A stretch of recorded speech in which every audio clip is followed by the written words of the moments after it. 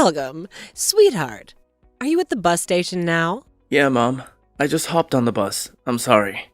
Getting called into work during our vacation really sucks, doesn't it? Oh, it's okay. I know you have to do that sometimes for your job. You don't have to feel sorry about it. Yeah, but I was really hoping I'd have more time to relax on our trip. I know you work hard at your job. That company is lucky to have an employee as dedicated and talented as you. You make me really proud. Keep up the amazing work, my dear. Thanks. Aside from that, I want to mention something about you and Tracy. I think it would be great if you could make an effort to get to know her better, you know? Like, try to build a friendship between the two of you. It would mean a lot to me. We are friends. What are you talking about? But Mom, I've noticed that you hardly ever talk to her. You know, she's my wife. She's incredibly important to me, and I want you two to get along. Yeah, but Malcolm, I've been working really hard ever since I was young.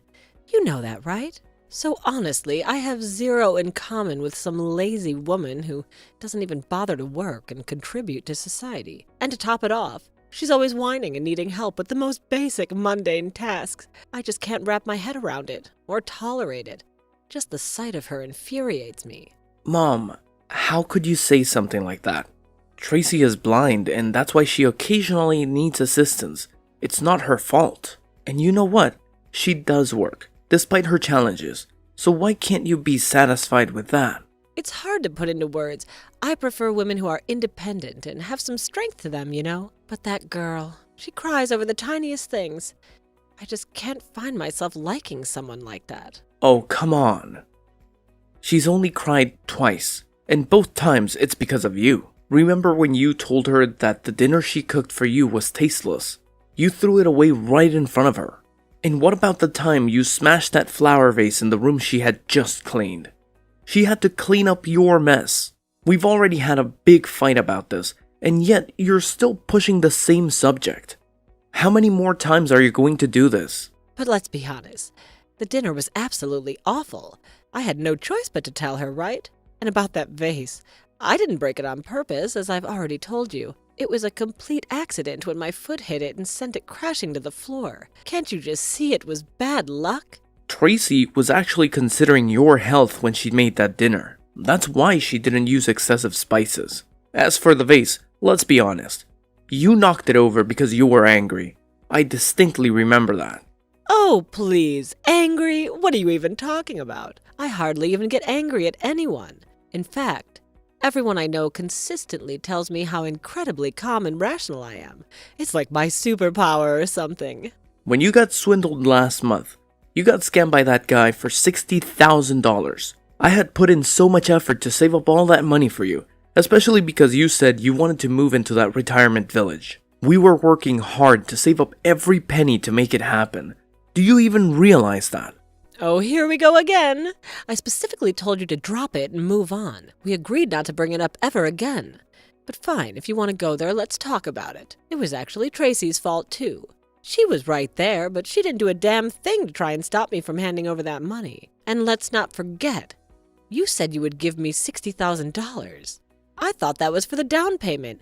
I truly believed we were buying that house. No, Mom. We were never buying that house. It wasn't even a realistic possibility. And that guy who approached you, he wasn't even from a legitimate real estate agency. I told you not to do anything until we could investigate further. Tracy told me she tried her best to stop you from giving that guy any money. But you wouldn't listen to her.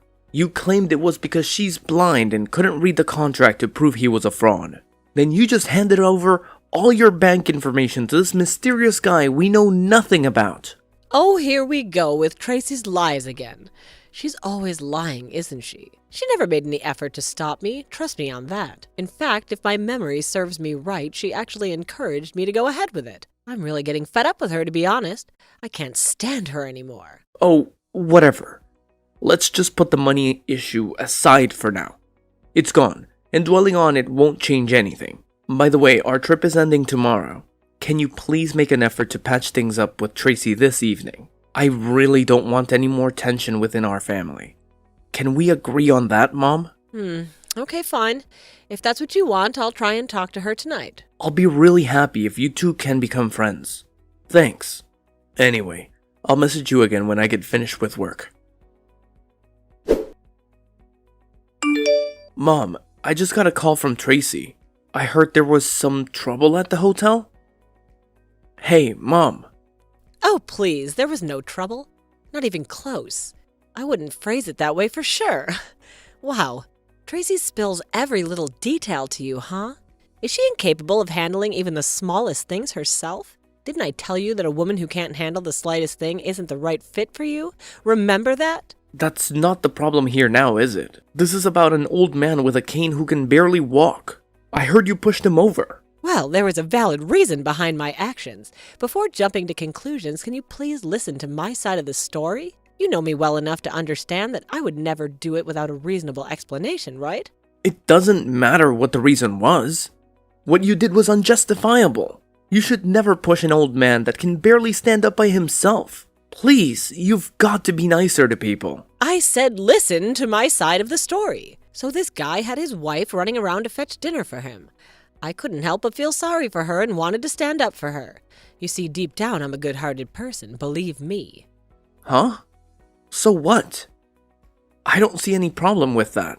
The restaurant at the hotel is a buffet, meaning you have to get up and help yourself. I couldn't care less about his legs being all wonky. If the man wants to eat, he should be able to handle it on his own, don't you think? I mean, seriously, how dare he make his wife do his bidding?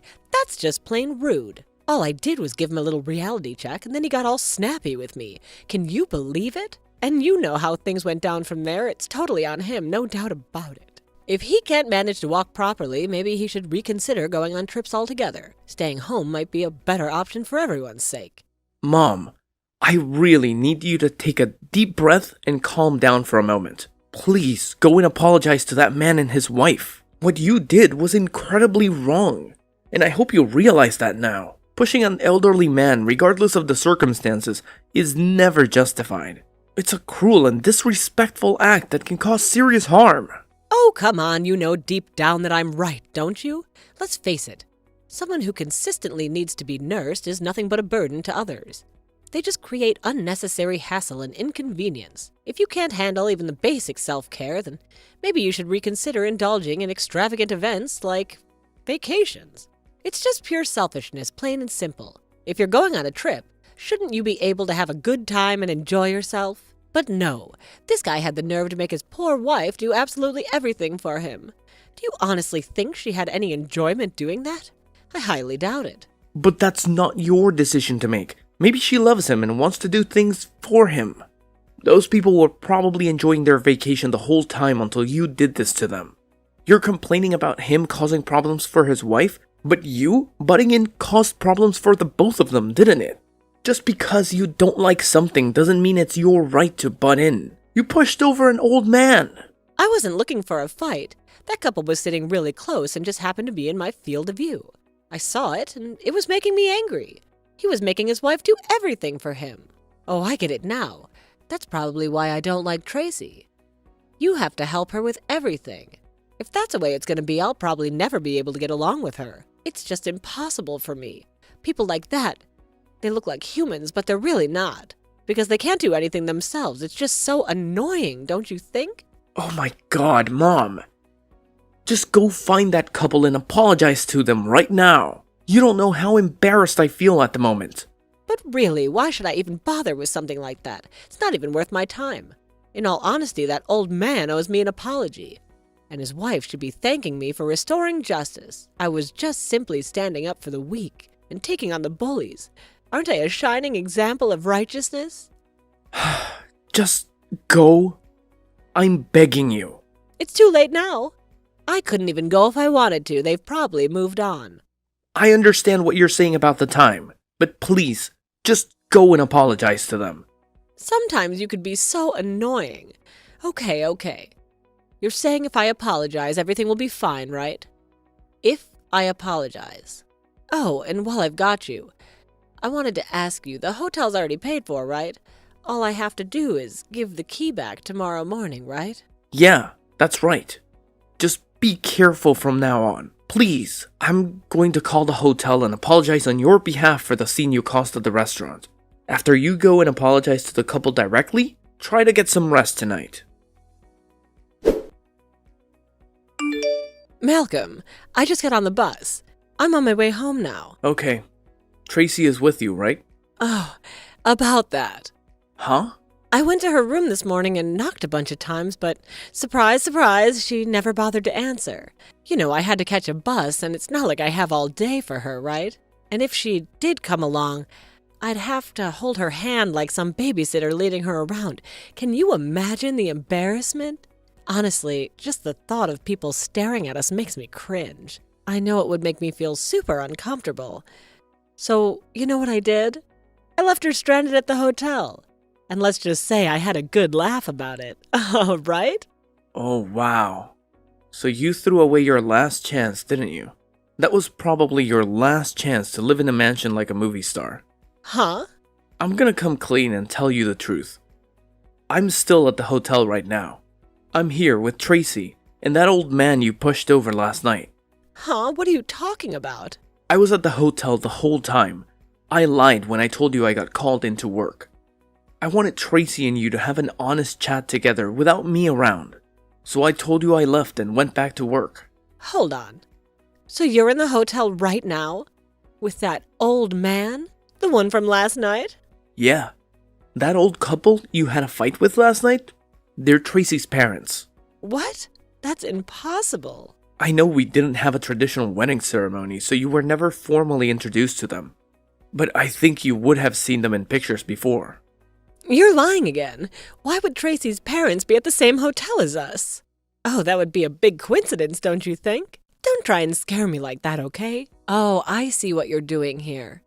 Trying to pull off a prank or something, huh? Okay, you got your giggles out, so you can cut it out now. It wasn't a coincidence. Tracy invited them. They wanted to meet you and find out what kind of person you were. They had a proposal for you. A proposal? About one of their summer homes. The apartment building we're all living in now, it's really old. There's no elevator and it's pretty cramped, right? They were thinking about giving one of their summer homes to us so that you, me, and Tracy could all live together in a big house. Huh? Hold on. A summer home? Why have I never heard of this? Wait, were you hiding it from me? That's not fair. Yeah, I just found out recently myself. Tracy's parents are pretty darn wealthy. They own quite a few summer homes. Too many to even use each year. Tracy has never relied on her parents' money, so that's why she had never brought it up to me before. But she heard about how you got scammed out of all that money, so she felt really bad for you. She talked to her parents to see if they'd be willing to help you out. You've got to be kidding. Tracy's parents are rich? What? How could that be? It's true. And even though you've been treating Tracy like crap this whole time, she was still willing to forgive you. And even after that incident with you last night, her parents were still considering to helping you out. They said if you were willing to help Tracy get back home today, they'd let you live in one of their summer homes. I just hopped off the bus. I'm on a mission to catch the next one back to the hotel pronto. I'm gonna rush over and apologize to them straight away. So please make sure they stick around and wait for me to get there. I swear it won't take me long at all. I'm determined to make things right ASAP. It's already too late. All of us are at the airport now. Tracy's father says he's paying to have us all fly back home. You're flying home? Why are you flying? We plan to take a bus the whole way back and see a bunch of the country. You can't just leave me out like that. It's completely unfair to treat me this way. Yeah, but Tracy's dad offered to fly us first class. We'll be back in no time. Plus, I've never flown first class before. And he said he's still giving Tracy and I one of his summer homes to live in, as long as we promise not to let you live with us. What? No way. You can't pull that on me. Are you really going to abandon your own mother? You've never acted like this before. What are you talking about? Turning my back on you? You were the one who turned your back on my wife. As far as you knew, you left her at the hotel all by herself. No, I didn't. I knocked on her door this morning, but she didn't answer. What was I supposed to do? We were in the room beside you.